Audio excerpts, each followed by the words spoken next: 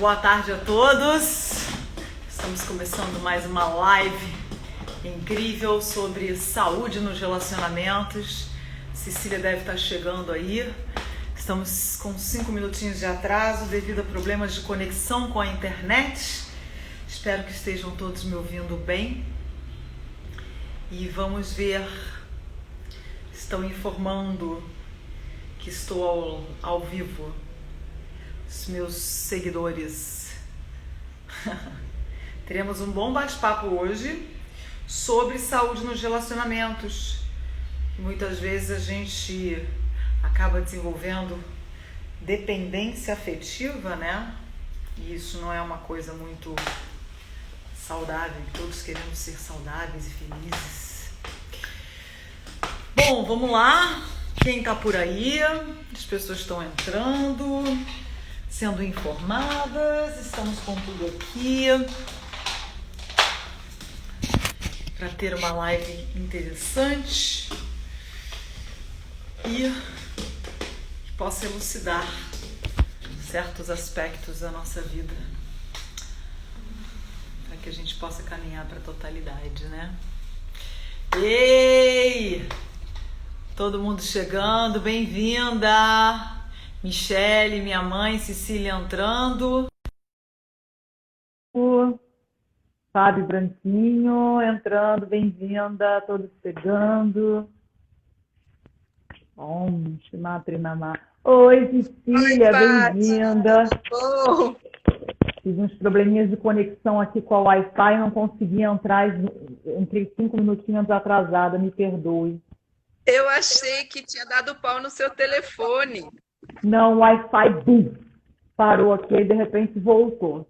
Então eu consegui aqui conectar. Ah, mas isso é bom que assim o pessoal tem tempo de entrar. Vai entrando. Deixa eu falar uma coisa, Cecília, O que você acha da gente desativar os comentários, só para as pessoas poderem se ver melhor? E aí depois, quando a gente abrir para perguntas, a gente volta com os comentários. O que você acha? Para o que você achar melhor. É só para não ficar assim, você bem no seu rostinho, né? Porque ficam todas as perguntinhas aí em cima de você. O que você acha? Tá bom. Oi, Tatiana, bem-vinda. Deixa eu dar um oi para quem está chegando. As pessoas estão entrando. Eu vou ver se eu coloco também num suporte aqui para não ter que ficar segurando. Eu só tenho suporte deitado. Ter uma conversa bem frutífera e rica sobre os relacionamentos e a saúde nos relacionamentos. Algo que nos interessa bastante. Vamos absorver um pouco do conhecimento da Cecília, que é vasto. Lembrando que eu mesma fiz esse trajeto, né, Paty? Por isso que eu me interessei em me especializar nesse tema, porque eu mesma fui uma dependente afetiva, eu mesma pus os meus parceiros como deuses na minha vida. Eu falo disso com as minhas atendidas, né, para encurtar o caminho de sofrimento delas. Porque, né, eu passei 20 anos sinceramente enganada e achando que eu estava, né, que no próximo eu acertaria. E aí eu vejo muita gente ainda enganada nesse quesito, né, que acha que o problema é o outro e que quando, né, que a pessoa certa vai aparecer. Tem muito dessas falas, né, de as pessoas acreditarem que existe uma pessoa certa, ou seja, que de fora para dentro vai acontecer alguma coisa. Elas não entendem que é de dentro para fora a escolha. Então, é uma coisa que eu falo muito até no meu treinamento, né, quando a gente começa a falar do amor enquanto arquétipo. As pessoas, elas sempre acham que o amor é estar num relacionamento com alguém, né? E eu sempre falo que o amor, ele é um estado dentro da gente, né? Você pode descobrir que você é o seu próprio gerador de energia e que você pode viver no estado de amor. Amor pela sua vida, amor pelos seus amigos, amor pelo seu mestrado, amor pelo seu trabalho, pela sua filha. E não depender de estar num relacionamento romântico para sentir que você está manifestando o arquétipo do amor na sua vida. Então, assim, quando se chegar um amor, maravilha, bem-vindo, é um presente, né? Estar apaixonado é uma delícia. Mas a gente aprender também, mesmo estando sozinho, né, a cultivar o amor como um estado dentro da gente. E que a gente pode cultivar por várias áreas, não só num relacionamento afetivo e romântico, né? A gente fala muito disso também. Mas agora as pessoas estão chegando, eu vou desconectar os comentários, gente, só para vocês poderem ter uma visão mais da Cecília, assim, mais desativar comentários. Depois a gente volta com os comentários para vocês fazerem perguntas, que a Cecília vai adorar essa interatividade. A Cecília, ela é especialista em dependência afetiva. Eu vou falar um pouquinho dela, mas ela vai se apresentar para vocês. E ela também faz mestrado comigo na Universidade de Swalahayana, Quantum Activism, em Jaipur, Índia. E estivemos juntas na Índia, em Jaipur. Parece que tem um tempão, né? Mas foi esse ano. Foi, sim, é que tanta coisa aconteceu, né? Ela é a tradutora oficial do Amit Goswami, do mestre Amit aqui no Brasil. Junto com a minha nascida. E ela vai falar um pouquinho dela e a gente vai começar essa nossa conversa, o nosso bate-papo sobre a saúde nos relacionamentos. Especialmente agora, na pandemia, que estamos convivendo mais, né? Com as pessoas com memória. As taxas de feminicídio aumentando, né? As taxas de divórcio também aumentando, porque, claro, né? Os atritos vão se acirrando na medida em que a gente convive mais e na medida em que a gente também, como diz a terapeuta de casal Esther Perel, que eu gosto de escutar muito, ela fala que a gente antes, né, nos primórdios vamos dizer, da civilização, a gente tinha toda uma tribo para prover o que hoje a gente espera de uma só pessoa. Então, a gente tinha pertencimento com a tribo, a gente dividia o cuidado dos filhos, né, a gente tinha a diversão, a gente tinha a dança, a gente tinha, sei lá, rituais, um monte de coisa com um bando de gente. E hoje a gente canaliza toda essa expectativa para um eleito, né? E esse um eleito, ele precisa fazer o que eu espero dele, tipo assim, que nem o Amit fala, né? Enquanto você coça minhas costas, eu coço as suas, né? Se você parar de coçar minhas costas, o negócio entre a gente vai ruir, ou seja, relações transacionais, né? E aí a gente vê muito essa coisa da projeção. Então, tanto na expectativa, esperar que o outro me abasteça, que o outro seja o centro da minha vida, né, meu Deus pessoal, quanto também no apaixonar-se, né, e depois no desapaixonar-se, a projeção de toda a sombra, todo o mal, toda a culpa, né? Então tem um movimento de culpabilizar o outro pela minha desgraça.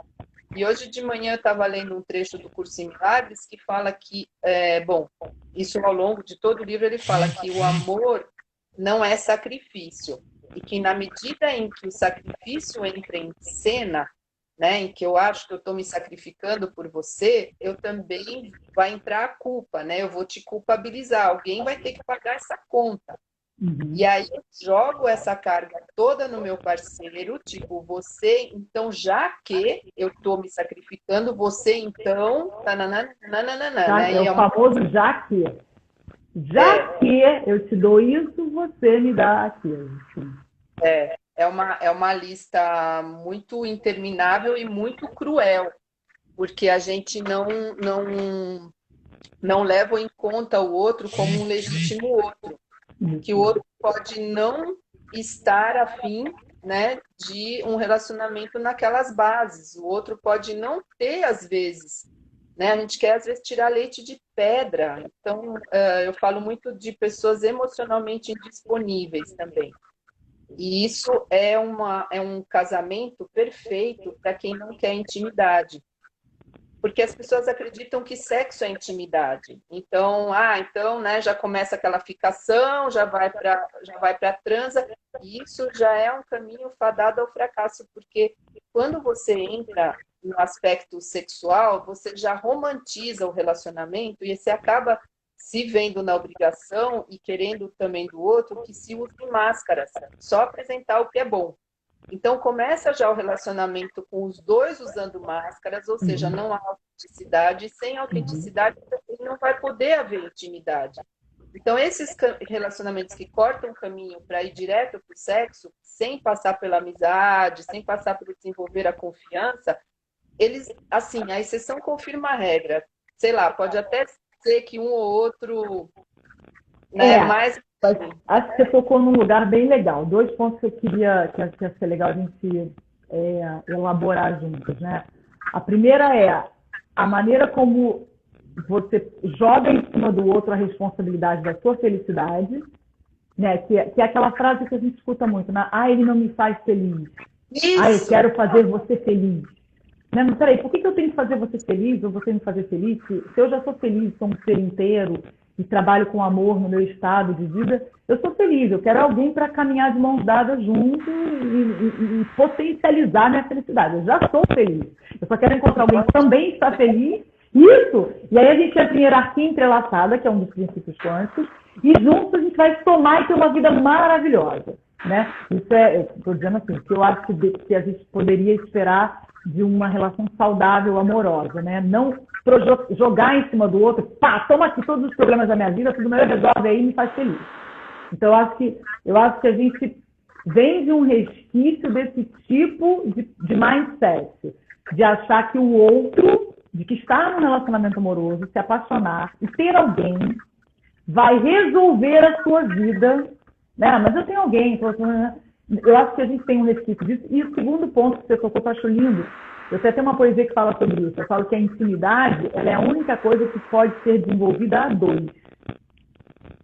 Você não pode ser íntimo de alguém se a pessoa não for íntima sua. Então, a intimidade é uma coisa que você ganha junto, né? É tão linda a descoberta da intimidade. Então, quando você pula direto na relação para o sexo, que é uma coisa que prende muito. Hoje eu estava dando uma questão de relação que eu estava falando disso. Uma coisa que segura as relações, então a relação toda está desequilibrada, mas se a parte sexual está boa, tudo bem. Né? Então a pessoa fica presa ali, continua naquela relação, e aí a relação está ruim, não está trazendo harmonia, nem paz, nem equilíbrio, mas o sexo está bom. E aí fica a montanha russa. Então, acho que esses 2 pontos são legais. Né? Como que a gente pode, aqui juntas, né, e você com a sua experiência, pensar que tipo de relacionamento, eu sempre adoro levantar as questões, que tipo de relacionamento quântico que a gente estuda, né, onde a mente não é mais transacional, não é o que eu posso ganhar com você, né, mas sim como que nós dois juntos podemos somar e potencializar o nosso melhor. Que tipo de relacionamento seria esse, para a gente pensar numa saúde, né, em que as pessoas se respeitam, não esperam que a outra seja o que ela projeta, que a partir do momento, o doutor Amit fala muito isso, né? Objetificar o outro. A gente vive numa sociedade materialista, onde a gente compra tudo, clica, tudo. Então a gente também acha que o outro está ali para nos servir, para se encaixar na projeção que a gente faz dele, o que eu quero dele. No momento que eu trago uma nova rede neural, que é amor com respeito, amor com percepção real do outro, você é do seu jeito, eu sou do meu, e espero que juntos possamos trocar. Gente, eu nunca vivi isso, eu estou falando que eu acho. Eu sou uma otimista, eu sempre acredito que possa existir. Então, eu estou só tocando em 2 pontos que eu acho bacana para a gente elaborar. Eu também acreditava que podia existir, e isso me levou a buscar. Eu acho que a gente precisa acreditar que existe, sim. Eu vivo uma relação que foi se desenvolvendo rumo a isso. A gente está junto agora desde 98. Então, a gente começou com amizade, então a gente propositalmente, assim, sabedores de que a gente precisava desenvolver a amizade, a base para a relação. Ele estava saindo da dele e ele não queria atropelar o processo dele de luto, de fechamento e tudo mais, e eu estava em franca recuperação, me tratando de dependência afetiva, indo a grupos anônimos, me tratando com terapia individual, terapia de grupo. Eu estava mergulhada nisso e querendo mudar. Tanto é que foi esse tratamento que abriu meu olho para eu perceber uma outra vibe numa pessoa que não aquele olhar predador que eu estava acostumada a Predador. me vincular. Adorei. Predador. É um olhar da cobra que quer comer o sapo. E, ao mesmo tempo, é um olhar sedutor que vai encher a bola do dependente afetivo, que é um bola murcha de autoestima. Então, aí que já começa o grudo. Ali gruda. E aí, esse começo desse predadorismo dura uns 3 meses, né? Então, ele traz flores, ele tal. E o dependente afetivo fica na ilusão de que aquilo vai se repetir, de que o que ele está agora é só uma fase, está nervoso, não sei o quê. E o tempo vai passando e o dependente afetivo vai mergulhando cada vez mais nessa areia movediça de aumentar a dependência, a expectativa de que, putz, mas eu sei que ele é aquele príncipe, ele vai voltar a ser aquele príncipe. E essa esperança, somada à esperança de que ele vai perceber que ele está pisando na bola comigo, ele vai pedir desculpas, não é possível. Essas duas coisas mantêm o dependente afetivo fisgado e junto na medida em que ele vai cozinhando naquela água morna, que nem o sapo que você vai pondo. Então, ele não percebe, mas ele vai afundando cada vez mais na dependência. Daqui a pouco o cara é o ar que ele respira, não nada mais tem graça, só estar com essa pessoa, tudo gira em torno disso. E ele vai transformando, ele desconecta da fonte verdadeira, desconecta da sua essência, porque ele coloca essa pessoa no pedestal, como a fornecedora de voto. Então, é assim que a doença vai se instalando. Mas, porque tem gente que fala pra mim, antes de eu me relacionar com ele, eu não era assim. Né? Eu não era desse jeito. Olha como é que eu tô neurastênica, eu me ameaço tirar minha vida. Eu tenho atendidas assim, que estão foríssima da casinha e relatam que começou nesse relacionamento. Então, Cecília, uma coisa a gente pode meio que... Claro que não existe regra, porque cada pessoa é única, né? E cada relacionamento desperta um lado das pessoas. Mas a gente poderia dizer que o dependente afetivo, ele tem autoestima baixa. Total. Ele tem essa tendência a buscar fora dele um salvador. Sim, aprovação, mas e também uma pessoa que vai salvar a vida dele, porque, de certa forma, se você é uma pessoa feliz com a sua vida, mais equilibrada, você tem amigos, você tem uma vida significada, você tem uma vida de propósito, você não está tão preocupado em encontrar alguém, assim, você não tá tão... O foco da sua vida não é tanto esse, né? Tanto que você vê que pode ser que aconteça um encontro incrível, mas você não está com esse radar ligado, aí preciso namorar alguém, preciso encontrar alguém, preciso não posso ficar sozinho. O que você está dizendo, me parece que o dependente afetivo, ele está sempre... São essas pessoas, uma coisa que eu não consigo fazer é sair de uma relação e entrar em outra. Eu sempre que eu finalizo um relacionamento, eu preciso de um espaço, a sensação de que eu volto para mim um pouco, para organizar a minha vida, né? Para pensar em me abrir para um outro relacionamento. Porque, no meu caso, as minhas relações elas são sempre guiadas muito pelo acaso, coincidências. Quando eu estou namorando, né? Os namoros que eu tive, assim, eu sou sempre uma pessoa que, eu falo, eu gosto de namorar. Eu namoro, não tem como. Eu vivo histórias, né? Eu sou muito sensível, poeta, romântica, então eu me apaixono, vivo histórias incríveis. Então, assim, e eu sinto que, aí eu vou trazer uma coisa um pouco pessoal, e que talvez seja uma coisa que as pessoas se identifiquem, que é a mulher, principalmente, há uma tendência, quando a gente se apaixona, a gente sair um pouco do foco do nosso profissional, e indo um pouquinho, a gente fica meio embriagada ali por aquele perfume da paixão, que é delicioso, né? Porque se apaixonar é uma delícia, não dá para negar, né? Ser o outro ali naquele momento. Então, eu vejo isso como uma coisa, um equilíbrio a ser alcançado, né? Você estar apaixonado, você se permitir viver uma relação e não desfocar do seu trabalho, da sua vida, do seu propósito. Então, pode ser legal também você elaborar um pouquinho sobre essa tendência, que eu não sei se a gente vive um pouco o mito do príncipe encantado, né? Está lá na nossa infância, foi colocado lá no HD, né? A gente fez download desse programa. Como diz o Bruce Lipton, fala isso, né? Que muitos programas a gente faz download até os 7 anos e não são nossos. Então, a gente vive uma sociedade que vive um pouco esse mito, né? Do príncipe encantado. Então, as mulheres, elas crescem um pouco nessa atmosfera. Eu tento não dar muito essa atmosfera para minha filha, mas a gente cresce muito nessa coisa de, né, da alma gêmea.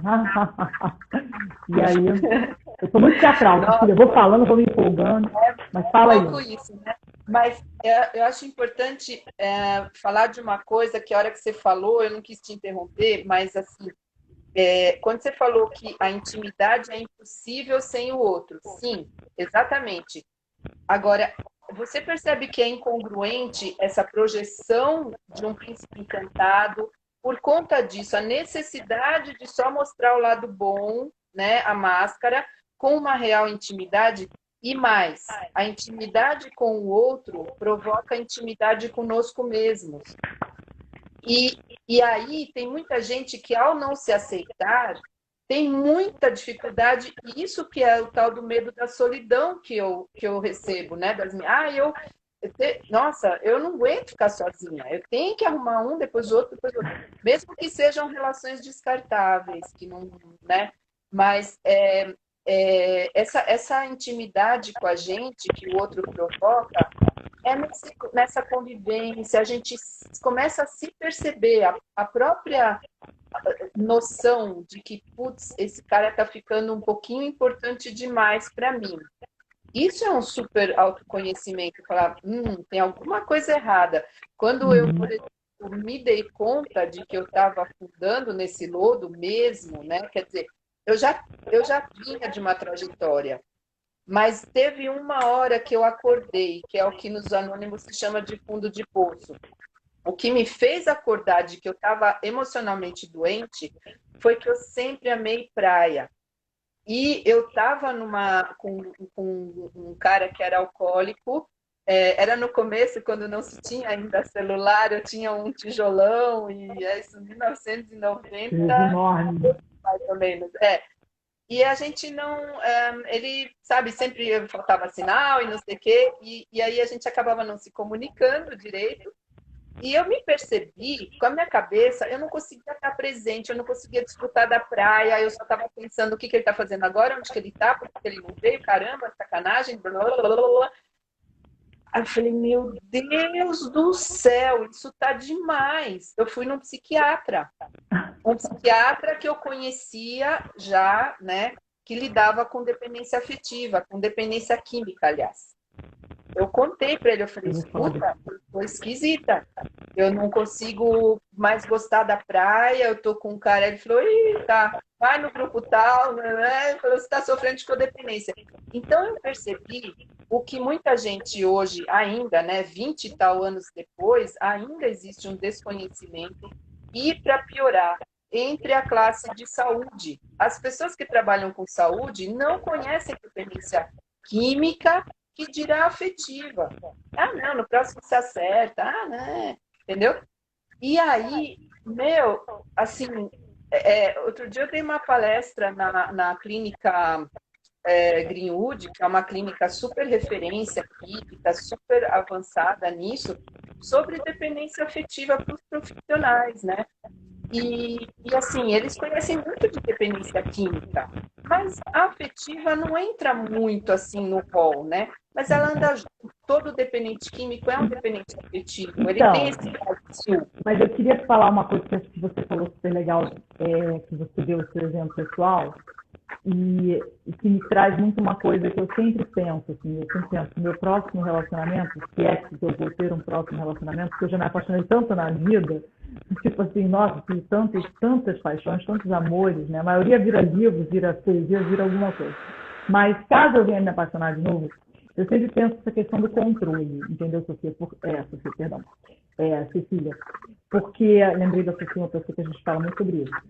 Porque esse pensamento que você teve na praia, onde será que ele está, o que ele está fazendo, isso essa necessidade de controle.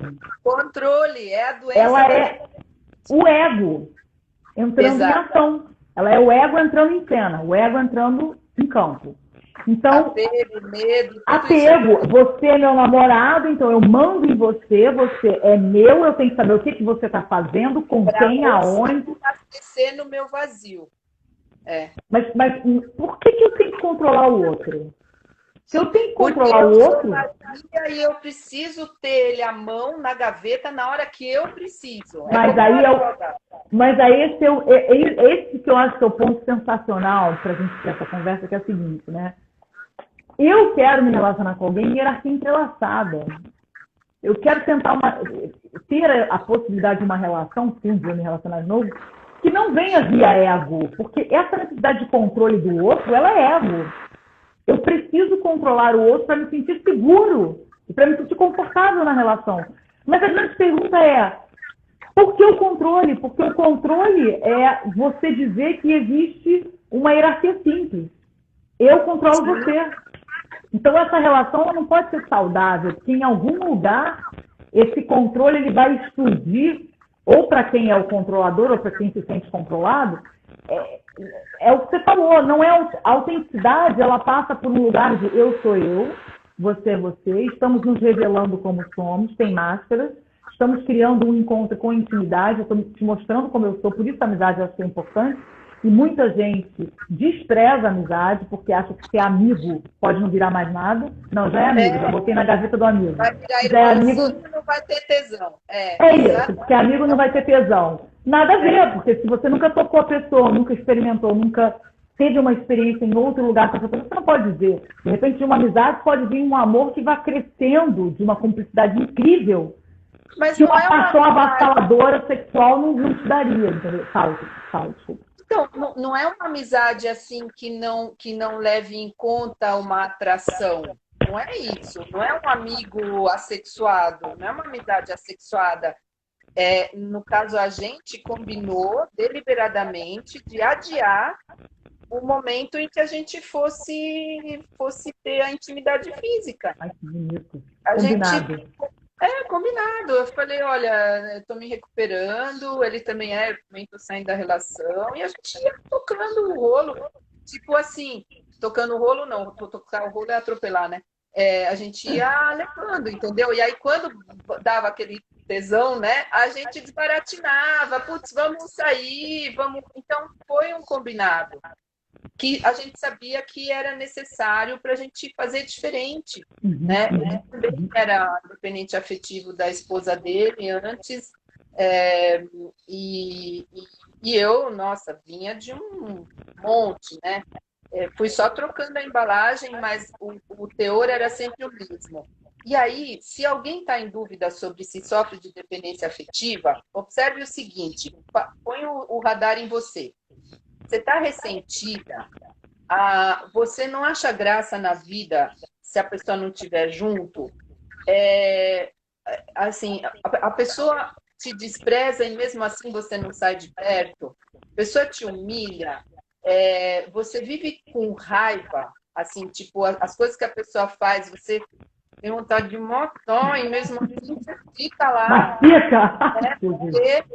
É muito isso, porque as relações abusivas, né? Toda relação de dependência afetiva, ela é uma relação abusiva. É abusiva. A longo prazo, ela não traz a felicidade. Ela pode te dar prazeres momentâneos, mas ela não no todo da obra. Vamos abrir para as perguntas, Cecília? O que você acha? Ativar comentários para ver se a galera aí... Eu estou dando tanto coraçãozinho aí que eu acho que a galera está querendo participar. Tem pergunta aí para Cecília, gente?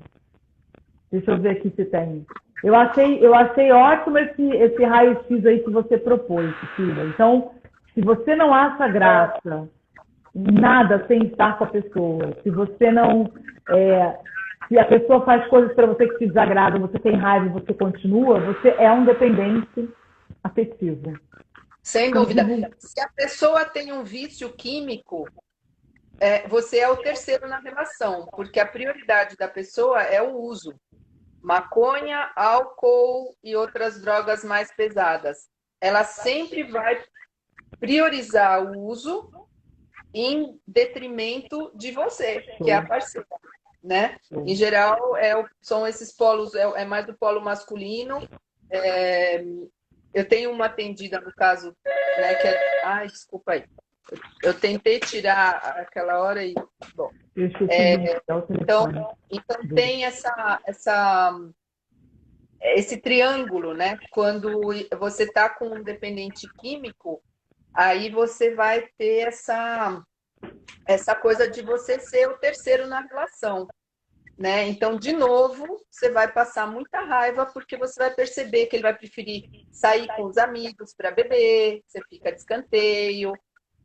Frases que eu ouvia era como, ai, você não sabe se divertir, né? Tipo, porque eu não bebia, né? A minha droga era ele, eu não precisava de droga química, né? Isso dá um super adrenalina, né? Você que gosta da parte de neurociência, nossa, você vive adrenalizado com essa gangorra emocional. Você nunca sabe o que esperar. Ih, será que agora ele vai me dar uma bronca? Ih, será que agora... Você vive na ponta dos cascos Deixa eu com botar meu óculos, galera, que entrou uma pergunta aqui. Peraí, 46 anos, óculos, vamos lá. Eu também. E quando é o contrário? Quer o controle, mas não aceita que ela não faça o que você quer ou espera. Ou seja, ele não se deixa como prioridade. A segunda pergunta aqui da minha mãe. Estar com alguém nos habitua à presença, será isso? Perdemos a graça de fazer algo sozinha? Então, vou anotar aqui as duas. Então, a primeira da Tatiana que é quando é uma relação, não é bilateral, né? Quer dizer, a pessoa quer o controle, mas não aceita que você faça. E a segunda da minha mãe é se estar com alguém, nos acostuma a estar sempre com alguém, então a gente já perde a graça de fazer as coisas sozinha. Uhum. Temos aí duas perguntas. Bora, Cecília! Eu vou começar com a Cecília responde. Tem uma piada de dois velhinhos, né, que foram entrevistados por uma jornalista, sei lá, e eles estavam assistindo TV de mãozinha dada, depois saíram para passear de mãozinha dada, ela acompanhando assim o cotidiano deles. Ela falou assim: nossa, mas vocês devem se amar muito, né? Vocês estão sempre de mãozinha dada.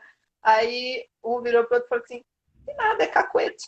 Então, assim, é hábito, né? A gente se habitua também. Então, tem esse lado também, né? Não necessariamente é sempre dependência afetiva, mas a questão é, quando você está vivendo uma relação em que existe desrespeito, essa coisa de você ficar, se sentir humilhada, bypassada, né? Você não é importante, você não é considerada, né? Tudo, a tua opinião, os teus desejos e vontades não são conversados, né? Existe essa hierarquia simples, né? Eu mando, você tem que obedecer, minha casa, minhas regras, né? Aí a gente já pode falar de uma relação abusiva, e quem se mantém na relação abusiva é certamente um dependente afetivo. Então, quando vem aquelas perguntas, nossa, eu não sei como é que pode que ela apanha e não sai da relação. Então, não sai porque é uma dependente afetiva, entende? Ela está adoecida. E aí, quanto mais vai ficando junto, mais vai perdendo força. E chega ao fim, e aí sim, a pessoa entrega o seu poder pessoal a ponto de ficar uma dependente financeira. As pessoas falam, ah, não, ela não sai porque ela depende financeiramente. Não, antes veio a dependência afetiva, que fez com que ela topasse essa submissão de ser dependente financeira também. E aí, porque isso corta as asas de qualquer parceiro, né? Então, o Freud dizia que tudo gira em torno de sexo. Aí um contemporâneo dele, ele falou assim, tudo gira em torno de poder. E o narcisista, que é a contraparte do dependente afetivo, a pessoa egoísta, né? Ele vai fatalmente querer exercer poder sobre o outro, porque também tem baixa estima. Então ele vai, ao ele submeter mas esse casal é perfeito. Eu já vi casais assim, o narcisista e o dependente afetivo. O narcisista exerce e o dependente afetivo se submete. É sempre essa duplinha. Quer dizer, nossa, meu telefone fixo aqui tá doido. Essa duplinha aí porque é o que dá liga. Então, porque o narcisista é aquele que vai fazer toda essa sedução inicial, é o cara que vai ter a dita empatia fria, ele é um cara que faz uma leitura de um QR Code seu para saber as suas vulnerabilidades, para saber onde que ele vai te fisgar. Uau! Então, do que você tem medo, né? Geralmente é medo da solidão, quais os teus desejos. Você vai querer um príncipe, não sei o quê, então ele no começo ele vai se fantasiar desse príncipe, vai te fisgar e depois vai exercer poder sobre você para ele se sentir empoderado. É um anzol praticamente o Capitão Gancho, né? É um anzol que vai, que pija. Percebe quem que é a presa fácil, quem que vai topar esse pacto de anormais que se estabelece entre dependente afetivo e narcisista. Quem que topa? Quem que não vai dar o basta para ele, sabe? Quem que vai afundar cada vez mais nessa manipulação? Que é o dependente afetivo, é a pessoa que é cordata, boazinha, agradadora, faz qualquer negócio. Essa é a forma de manipulação do dependente afetivo. Eu me torno necessária para não ser abandonada. Então, é aquela sempre solícita, sempre... né? E aí o cara já saca isso de longe e fala, é aí que eu vou. E pronto, joga a isca, o outro morte. Maravilha. Entrou mais uma pergunta aqui, ainda tem a da Tati.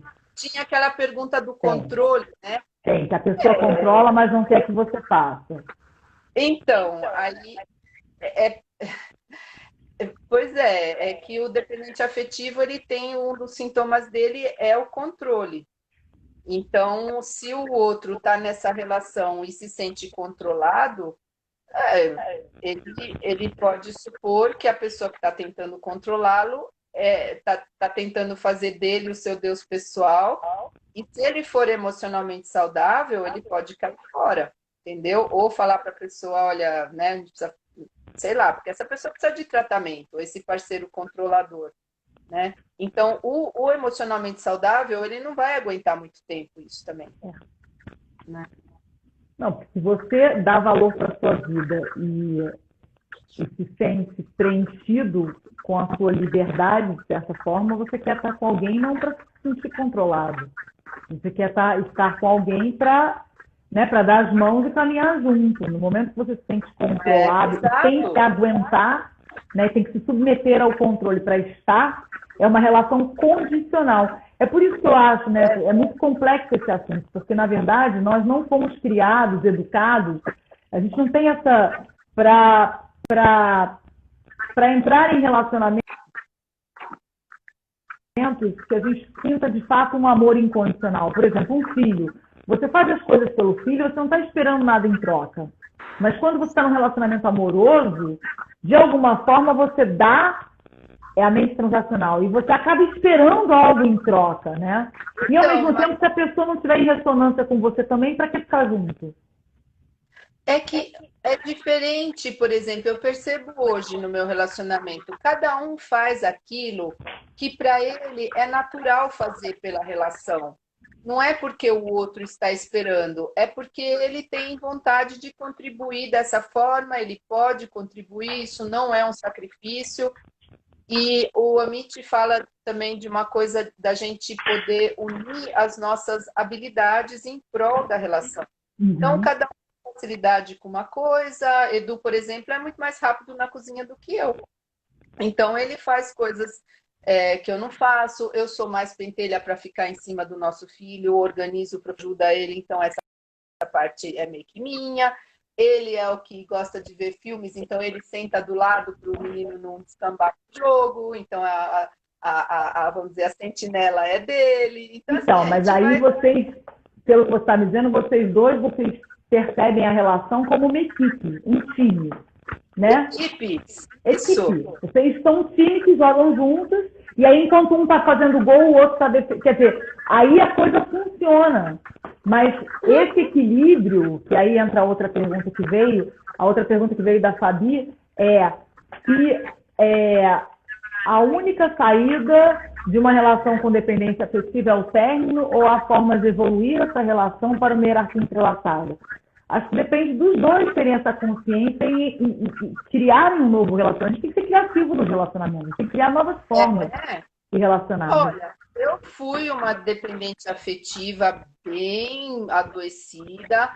Eu precisei ficar um pouco sozinha comigo para eu desenvolver essa capacidade de não precisar do outro ou de alguém. E isso foi a minha trajetória. Agora, se você está dentro de um relacionamento e você percebe que você é uma dependente afetiva, você pode buscar também a sua ajuda individual. Bom, eu trabalho diretamente com isso, eu uso como coadjuvante do meu tratamento dispositivos gratuitos, que são os grupos anônimos. Um deles é o DASA, Dependentes de Amor e Sexo Anônimos. É um grupo misto, em que os homens têm uma característica mais de compulsão sexual e as mulheres uma compulsão romântica, de botar essa fantasia de príncipe encantado no primeiro que aparece, sem ver quem é. E ambos têm um buraco, só que cada um procura preencher com uma estratégia diferente. Mas aí, quando junta num grupo, é muito interessante, porque aí você fala assim, nossa, eu já tive com um compulsivo sexual, você percebe, né? E ali entra também vício em pornografia, né? Enfim, outros, vamos dizer, formas, eu não vou chamar de desvios, né? Embora, sei lá, pode até chamar assim, mas outras formas de tentar se preencher, né? E daí tem também então, esses grupos anônimos, DASA, o CODA, Codependentes Anônimos, que é outro grupo também muito... Agora, Sofia, uma coisa que eu escuto muito das pessoas, que é assim, pessoas, né, amigas, pessoas... Por exemplo, a mulher faz terapia, mas o cara não. E aí ela está se transformando, né, querendo, enfim, entender, dar conta das suas questões e também salvar a relação, porque às vezes a mulher se atribui, se coloca nessa posição, nesse papel de salvar a relação, quando a relação é uma terceira entidade, né, feita entre os dois, então não cabe a mulher salvar, né, é uma coisa feita a dois, né? E aí eu escuto muito isso, né? Poxa, mas eu faço terapia, eu luto, eu busco um entendimento e ele não. Seus comentários a respeito disso. Eu especializei em terapia familiar sistêmica e depois eu afunilei para casal. Que eu acho que o casal é a matriz, né, da família e os filhos geralmente são sintomas, né, do casal. E então eu gosto mais até de trabalhar com casal do que com, vamos dizer, filhos, todo mundo junto. E aí, assim, tinha um olhar sistêmico, psicodramático e junguiano, ou seja, para a gente abarcar, né? Agora, a teoria sistêmica fala que a relação, tudo é um sistema. No seu trabalho, você com a sua filha é um sistema, eu com meu filho sou um sistema, quando junta os três é outro sistema, que é outra dinâmica. E se a gente quer mexer numa relação, num sistema, como um jogo de xadrez, você mexe uma peça, o jogo muda de configuração. E quando você se define, no caso, se só você está se tratando, seu parceiro não quer uma terapia de casal. Ele acha que o problema é você, que ele está tudo bem, e a relação está boa, tal, para ele está tudo confortável. Mas para você não. Você começa uma terapia individual, você vai acabar se definindo nessa relação. Você vai começar a colocar limites saudáveis, o que eu quero nessa relação, por exemplo, se existe desrespeito, você vai começar a falar, olha, assim não, né? Ou tipo, né? Sabe, você vai ficando mais firme. Pintou uma pergunta aqui, ó, que tem a ver com o que você está falando. Dependentes afetivas também podem ser, entre outras fontes, quer dizer, a dependência afetiva não é só na relação romântica, homem e mulher, né? Você pode ter entre mãe e filho, filho e mãe, né? Você pode, irmão, você pode ter vários. Como é que. É legal você falar disso, porque aí a gente fala de outros tipos de relacionamento, já que você está falando da sistêmica, da familiar, né? Cada sistema pode ter potencial para você atuar, né? Que é uma dependência. Para você atuar sua codependência. E é claro que a gente gosta de ver a cara boa do outro e tudo, né? Agora, amor incondicional, você falou há uns minutos, realmente a gente tem mais com o filho. Agora, o que a gente tem nas relações e que a gente deve cultivar? É uma palavra que se chama reciprocidade, respeito, flexibilidade nas negociações para que ambos sejam contemplados. Então, eu diria que, assim, se você quer ter uma relação saudável, e isso é justamente a característica da hierarquia entrelaçada, quando você consegue flexibilizar e negociar cada passo, porque ao longo do ciclo vital muitas coisas mudam, né? Sei lá, pais que precisam de ajuda, é filho que cresce, é outro filho que entra na família. Então, assim, a configuração familiar vai mudando e as necessidades também. Então, se você consegue flexibilizar para, com o seu coração aberto, incluir o outro na sua consciência e fazer combinados que contemplem ambos, em que não haja sacrifício de nenhuma parte, porque depois é um efeito bumerangue, alguém paga a conta, né? Então, assim, a culpa é um sacrificial, vilão. né? A pessoa que faz um sacrifício pela relação, ela tende a cobrar o sacrifício feito. E aí esse bumerangue. Outro. Perfeito. Aí o outro vai retaliar. E aí começa essa loucura de agressão, desrespeito, uma coisa que não tem fim. Então, assim, essa pessoa que está fazendo a terapia dela, ela vai aprender a colocar limites saudáveis, vai aprender a não engatar quando o outro estiver tentando mandar, né? Então ela vai falar, opa, peraí, para mim é assim, eu vejo assim, vai aprender. Por quê? As pessoas não se colocam e mantêm aquela máscara da não intimidade por medo de perder o afeto do outro. Então ela vai começar a parar de ter esse medo, porque se esse afeto for genuíno, ele vai conseguir abarcar que ela seja autêntica, né? E não, se sim, não... E também não adianta você se relacionar na periferia, né? Você tem que se relacionar com o seu centro, né? A sua essência se relacionando com a essência de alguém. No momento em que você não é autêntico e vive de máscaras, o que é uma relação que, na verdade, não se estabeleceu, ela não se dá num terreno da verdade, que é o outro arquétipo que a gente estuda, né? Essa relação ela não vai se sustentar. A longo prazo, em algum momento, vai cair, né? Tanto aquele que chegou para te conquistar e botou todos os mantras que você gosta, porque viu no seu Instagram que você gosta de mantras, e viu uma coisa dessa. E aí a pessoa chega para te conquistar com aquilo que perfeito, como a própria pessoa que está tentando também se submeter em alguma hora vai falar, cara, não estou cabendo aqui. Eu não consigo dizer isso dessa forma. Está apertado, está sufocante, está... Né? E também a questão que pode ser também começar a despertar para quem está fazendo a terapia e o outro não está, é o quanto nós somos compatíveis. Porque a gente precisa ter uma compatibilidade cultural, intelectual, financeira, porque cada vez que você, como dependente afetivo, procura alguém que é muito aquém para você se sentir por cima, as incompatibilidades você vai tamponando, mas chega uma hora que aquilo começa a te sufocar e você vai tentando se encaixar naquilo e não dá. Porque essa necessidade de ser necessário faz com que muitas dependentes afetivas tenham parceiros que elas sustentam, a bem dizer. E aí, né, começa a ficar pesado, porque você fala, putz, caramba, só eu estou me esforçando.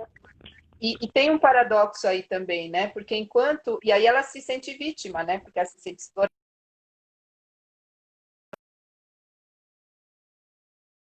A própria escolha não entra no... Né? Ela não percebe que foi ela que escolheu alguém assim, para ser necessária, para não ser abandonada e tal, né? E aí, assim, perceber essas compatibilidades ou não, né? Isso também, tudo faz parte de descobertas que a própria pessoa vai tendo na sua terapia individual. Então, assim, é super recomendável. Mesmo que não aconteça uma terapia de casal por indisponibilidade do parceiro, na terapia individual, os olhos vão começando a abrir, né? Tipo, opa, o que eu estou fazendo aí, né? É claro que falar isso para uma pessoa que não quer abrir mão de um sonho é complicado, né? Então, muita gente empurra a ideia de terapia para longe para não ter que se deparar com todas essas incompatibilidades, essas coisas de que ela se colocou no lugar da vítima. Então, pegando isso que você está falando, melhorou o áudio aí, gente? Que disseram que meu áudio estava com chiado. Deu uma melhorada aí? Tá bom agora? Me ouvindo bem? Cecília, então aquele papinho, né? Dos opostos se atraem. Então, eu acho que existe essa complementaridade que o Amit menciona, que a gente pode usar a nosso benefício dentro da relação, cada um é melhor em alguma coisa, mas precisa haver muita compatibilidade nisso que eu falei, uma idade próxima, né? Porque se você está com alguém que é tipo 15, 20 anos mais velho que você, os interesses, o que move o outro são outras coisas, ele já está quase que uma geração à sua frente. Então, dificilmente vai ter antigamente... Mas aí eu acho que você chegou num ponto que super me interessa, porque eu sempre penso assim, né? E quando eu conheço uma pessoa, claro que o passado conta, mas o que me interessa muito numa pessoa é quais são as motivações da pessoa. Isso eu acho que é um ponto importantíssimo. Por exemplo, o que te move? Né? Você vive para quê? Você vive por quê? Você levanta da cama às 6 da manhã, 7, 8 horas que você acorda, mas qual é a sua intenção com o dia? Como é que você olha para a vida? Como é que você olha para o mundo? Então, esse ponto, eu acho que ele gera afinidades automáticas e instantâneas que é um ponto importante, né? Se a motivação da pessoa, por exemplo, é usar roupa de marca, passear num carro chiquérrimo, né? E viver a vida num transatlântico, bebendo dry martini, sei lá. Isso é uma motivação muito distante da minha, que é criar uma vila quântica e mudar. Exato. E nenhum dos dois vai mudar em prol de uma paixão, né? Pode até ser que nos primeiros 3 meses vocês se encantem, ele fala, nossa, Paty, eu queria ser como você. Você fala assim, nossa, eu não acharia ruim, às vezes, ter uns luxos desses, né? Mas isso faz parte de uma visão de mundo. Exatamente. Acho que aí eu... Mais do que a idade... Porque, assim, a idade, às vezes a pessoa pode ser de outra geração, você pode namorar pessoas mais novas ou mais velhas, mas se vocês compartilham a mesma visão, os mesmos interesses no sentido de... Essa é uma pergunta que eu sempre me faço, né? E faço muito para os meus alunos no treinamento. O que te move? O que te move? Né? Porque o que te move vai nortear suas escolhas. As suas escolhas, elas são movidas. Você vai decidir coisas na sua vida, como você gasta o seu dinheiro, como você usa o seu tempo, como você usa a sua energia, a partir dessa pergunta. O que te move? Então, como você educa os filhos, como você educa os filhos. Sim, sim. E aí, se a pessoa tem valores de vida muito distantes do seu, né? O trabalho de, por exemplo, quando você faz coach, valores semelhantes se aproximam, justamente, Dani. Quando você vê sem óculos, nem precisa de óculos. Então, assim, você vê às vezes casais, né? O casal, eles têm valores tão distintos que em algum momento aquilo ali também vai gerar um atrito. Vai mesmo. Não dá para ter uma coisa muito a longo prazo com alguém com valores muito diferentes, a não ser que a pessoa se encante pelos seus valores e comece a remar na sua direção. E comece a transitar. Mas você quer ver uma coisa que eu acho que é fundamental na relação? Por exemplo, se você é uma pessoa que gosta do seu trabalho, se você é uma pessoa encontrada no seu trabalho, se você é uma pessoa que tem propósito de vida, seu trabalho está alinhado com o seu propósito de vida. Sim. Então, para você, é uma coisa... Se você tiver que tirar um sábado, como a gente tem aula sábado do mestrado... Né? Porque nós estamos alinhadas com o nosso propósito de vida. Mas se você namora uma pessoa que trabalha de segunda a sexta, que não gosta do trabalho dela, e que acha que o fim de semana é o momento de botar o pé na jaca, isso vai gerar um atrito. Vai. Aí entra a incompatibilidade também, né, é o que move, os valores, exatamente, e visão de mundo, histórico-cultural, né, o background da pessoa, tipo, que nível de escolaridade ela tem, o quanto ela é mais intelectualizada ou vive mais no corpo, né, o quanto ela é mais diurna ou mais noturna, tudo isso Antes de eu conhecer o Edu, eu acho que já vai acabar o nosso tempo, né? Não, tá avisando aí já? Que tem pouco Não, tempo? para mim não, mas eu estou olhando no relógio, mas a gente entrou um pouco atrasado. É, antes de eu conhecer o Edu, não existia Tinder, né? E aí, nos meus 20 e poucos anos, né, eu não tinha, assim, também muita noção do que eu queria. Então, eu botei lá no meu anúncio, era a Classe Line da Folha de São Paulo. Aí eu botei assim, eu quero uma pessoa diurna, que gosta de atividades físicas, que goste de ler, de estudar, com cabelo e sem barriga, porque eu já estava aproximando dos 30, né? Eu falei, puta, eu vou achar um cara de uns 40 e pouco. Eu falei, eu não vou curtir muito, né? Um cara já muito envelhecido, né? Menina, mas quando o Edu apareceu na minha frente, eu não reconheci que era isso que eu tinha pedido, né? Mas eu reconheci, eu falei do olhar predador, que eu estava acostumada a buscar, que era da aprovação externa. E quando eu vi o olhar do Edu, era um olhar manso, amistoso, de confiança. Nossa, aquilo me deu até um estranhamento. Eu falei, nossa, que pessoa com potencial de ser um amigo, um cara suave, sabe? Um homem mais feminino, assim, mais receptivo. Falei, não aquela coisa, né, do pomposo, machão, que era o que eu sempre estava atrás, né? E aquilo me tocou. Eu já estava um ano abstinente. Eu não tinha me relacionado propositalmente. Eu falei, eu não dou conta, eu não sei me relacionar. Eu só ponho o pé na jaca, como você acabou de falar. Eu só acho tranqueira, eu tenho dedo podre, eu preciso me tratar antes. E aí as cantadas que eu recebia, eu meio que, legal, sabe? Assim, tipo, achava legal, mas não engatava mais como eu teria engatado sem o tratamento, sabe? Já não me enchia a bola do mesmo jeito. Eu falava, conheço isso, sabe? Tipo assim. Então, essa lucidez que a gente Isso, eu acho que isso é uma consciência. Oh, e acho também que tem uma coisa muito interessante. Vou falar um pouco de mim, porque eu sou uma pessoa bem específica, assim. Se eu olhar para os relacionamentos que eu tive, eu não tenho um padrão. Eu me apaixono muito pela alma da pessoa. Então, realmente, a minha intimidade ela tem que se dar no nível da alma.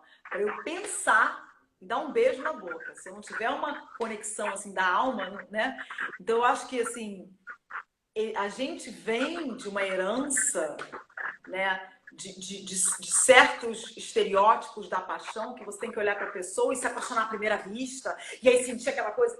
E na verdade eu falo muito isso hoje. Eu falo a paz é a semente da felicidade. Eu falo muito essa frase. Eu preciso ter paz. Então, assim, sem paz eu não tenho nada. Com paz eu trabalho, arrumo minha casa, dou aula, me inspiro, trabalho, viro noite, escrevo milhões de coisas eu sou capaz de fazer com a paz, né? Sem paz, nada. Então, para eu estar no relacionamento hoje, a primeira coisa que esse relacionamento tem que me trazer é paz. Isso é o que eu ensino no meu grupo. Eu falo, gente, não tem amor, isso é tem distante liberdade. do que a gente está acostumado com a imagem da comédia romântica, né? A imagem da comédia romântica é que você encontra alguém que né? Tipo, morre. E aí você passa o dia inteiro pensando na pessoa, não faz mais nada, só escreve poesia. Enfim, então, eu acho que isso é uma maturidade que você está trazendo a sua experiência pessoal, que é você encontrar no outro alguma forma de conexão que te dê um ninho, né? Que traga essa paz, essa hierarquia entrelaçada, esse encontro de alma que possa te dar, para você alçar voos, para você potencializar a sua vida. 2 minutos restantes. Agora sim, tá acabando. Tá ficando bom. Tão bom então, porque as pessoas confundem. A gente tem que botar abaixo esses padrões. Paz de espírito. A gente tem que esquecer esses estereótipos, entendeu? Não sentir aquela coisa da perna tremer, aquela coisa, isso é estereótipo também. Achar que só é amor se tiver esse tipo de reação, desse borbulhamento físico. Eu não tive nada disso com o Edu. Foi tão tranquilo, tão, sabe, a gente conversava, a gente se entendia. E eu, às vezes, pedia a opinião dele para as minhas coisas de trabalho. E, assim, foi uma coisa calma, sabe? E foi tão...